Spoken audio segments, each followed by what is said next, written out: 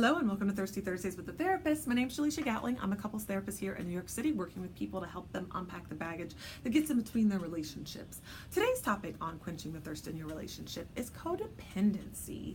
The past few weeks we've been talking about compatibility and chemistry and having commonalities, and we've been breaking apart and unpacking the differences between those different words that we sometimes tend to kind of muddy up together.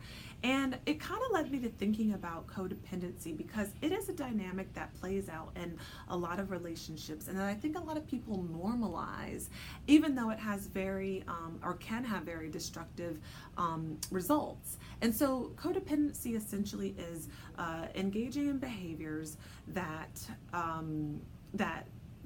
enable your partner, that really impact your ability to have a mutually beneficial and satisfying relationship.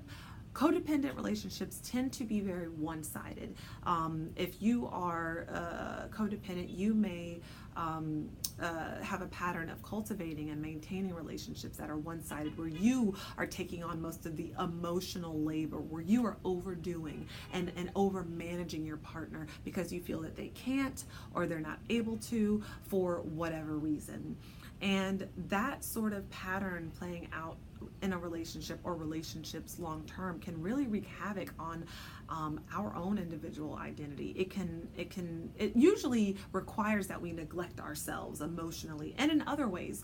Basic self-care. People that engage in those dynamics of taking care of someone else and over managing, and they usually have great compassion, and it's coming from a really beautiful place. But it can tend to go too far to where you get in the way of the other person stepping up, and also it blocks you from receiving love and that emotional support back. It's usually very one-sided.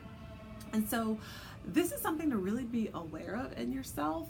And if you think that you might be engaging in codependent behaviors of overdoing and over managing and from a place of caring for someone else, then that's something to really explore, especially if you are neglecting your basic needs or feeling that you can't bring them up to your partner, that your partner cannot reciprocate or provide you with that same support.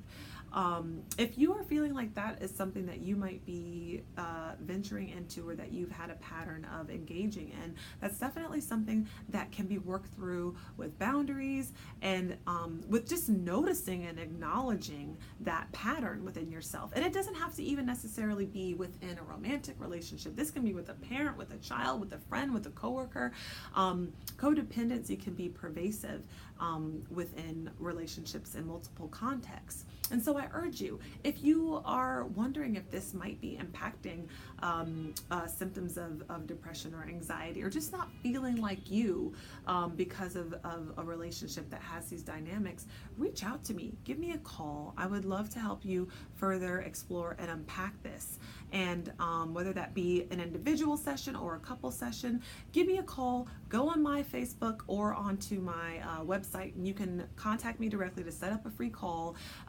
The website is www.letsunpacktherapy.com. And we can explore, where this is coming from, what's led to it, and what you can do about it to better have more fulfilling and satisfying relationships. I will see you guys next week on Thirsty Thursdays with a Therapist.